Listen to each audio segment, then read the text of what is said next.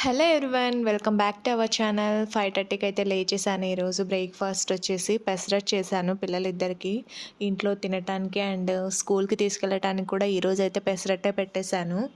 Pesarattu chutney combination అయితే చాలా బాగుంటుందండి. పెసరట్లు కొంచెం అల్లం వేసి గ్రైండ్ చేస్తే చాలా బాగుంటుంది టేస్ట్. ఒకసారి మీరు కూడా ట్రై చేసి చూడండి.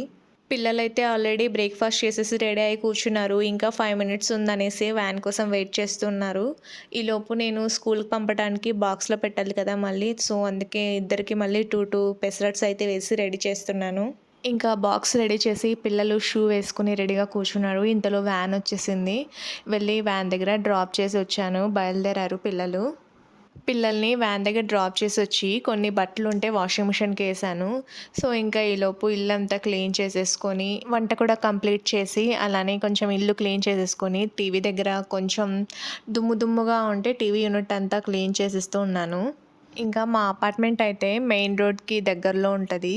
సో, ఇంకా దుమ్ము అయితే ఎప్పుడు నాన్ స్టాప్‌గా అలానే ఉంటది. ఎందుకంటే టీవీ సెక్షన్ అంతా బ్లాక్ కలర్‌లో ఉంటది. దుమ్ము ఈజీగా విజిబుల్ అయితుంటది. సో, ఇంకా డైలీ తుడుచుకుంటూనే ఉండాలి. ఇలా హౌస్ క్లీనింగ్ ఇంకా వంట అంతా కంప్లీట్ చేసేసుకొని కొంచెం టైం ఉంటే ఇంకా పిల్లలు ఇంటికి రావటానికి నేను రీసెంట్‌గా అయితే శారీ ప్రీ ప్లీటింగ్ నేర్చుకున్నా అండి. అది ట్రై చేస్తూ ఉంటాను. ఇప్పుడు నేను వేర్ చేసిన శారీ కూడా ప్రీ ప్లీటింగ్ చేసుకున్నదే. ఇది సెకండ్ టైమ్ చేశాను.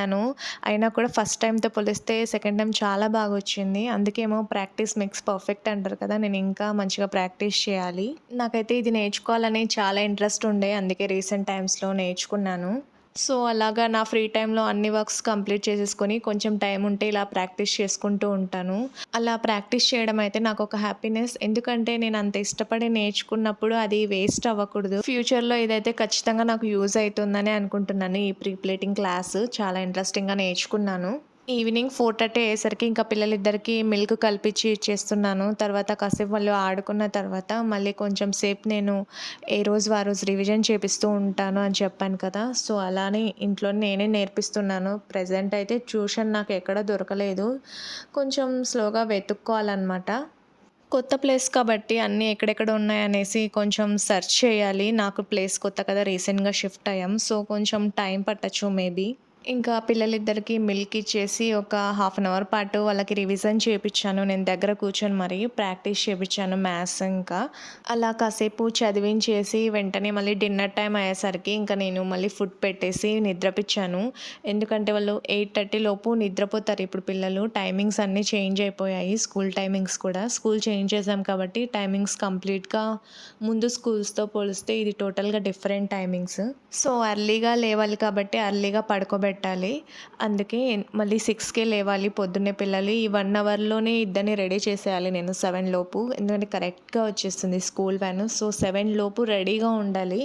మా చిన్న బాబు ఇంకా ఓన్‌గా ఏ పనైతే చేసుకోలేడు. ఇంకా నేనే చేయాలి. 6 ఇయర్స్ బాబు కదా! ఓన్‌గా అయితే చేసుకోలేడు. సో, నేను చిన్న బాబు పనులన్నీ నేనే చేసి మళ్ళీ బ్రేక్‌ఫాస్ట్ ప్రిపేర్ చేయాలి. అన్నీ నేనే చూసుకోవాలి కాబట్టి కొంచెం టెన్షన్‌గా అయితది. ఎక్కడ టైం ఎక్కువ అయిపోతుందో అనేసి. 7కెళ్ళి ఒకేసారి 2:00 వచ్చేవరకి చాలా టైర్డ్ అయిపోయి వచ్చేస్తారు ఇద్దరు. అంటే మొహం అలా అయిపోయుంటది. ఫుల్ టైర్డ్ అయిపోయి వచ్చేసినట్లు. ఆఫ్టర్‌నూన్ నిద్రపోతారా అంటే అది కూడా లేదు. అస్సలు పడుకోరు. ఒకవేళ మళ్ళీ ఆఫ్టర్‌నూన్ నిద్రపోయినా కూడా నైట్ అంత ఈజీగా అయితే పడుకోరు కదా! అదొక హెడేక్ వీళ్ళతో. అందుకే ఎలాగోలా 8:00 వరకి నిద్రపోకుండా ఏవో ఒకటి ఆడిపిస్తూ, చదివిపిస్తూ ఏదో ఒకటి చేస్తూ 8 వరకు లాక్కొస్తాం టైం అయితే నిద్రపోకుండా. నిద్రపిచ్చడానికి రూమ్‌లోకి తీసుకెళ్ళగానే వితిన్ 10 మినిట్స్‌లో నిద్రపోతారు. పాపం ఎంత టైర్డ్ అయిపోయి ఉంటారో కదా మార్నింగ్ నుండి. ఇలాగా ఇంకా మరెన్నో విషయాలు మీతో షేర్ చేసుకుంటూ ఉంటాను. మీలో ఇంకా ఎవరైనా నా ఛానల్‌ని సబ్స్క్రైబ్ చేయకపోతే ప్లీజ్ సబ్స్క్రైబ్.